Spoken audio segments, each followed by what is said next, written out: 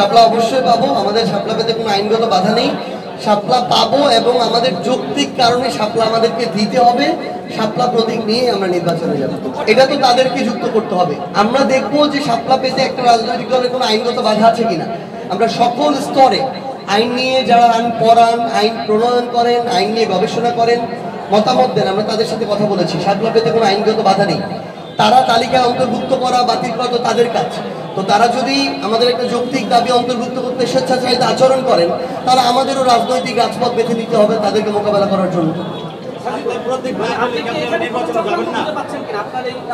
আমরা স্পষ্টভাবে আমাদের মনে হচ্ছে ডাবল ধামাকা অফার, ওয়ালটন ট্যাবলেট পাওয়া যাচ্ছে নতুন ছাড়কৃত মূল্যে।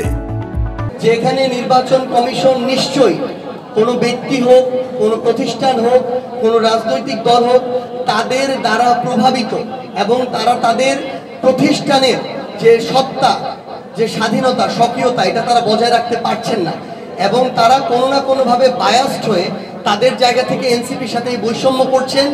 অভ্যুত্থান পরবর্তী বাংলাদেশে এনসিপি এই বৈষম্য মেনে নিবে না।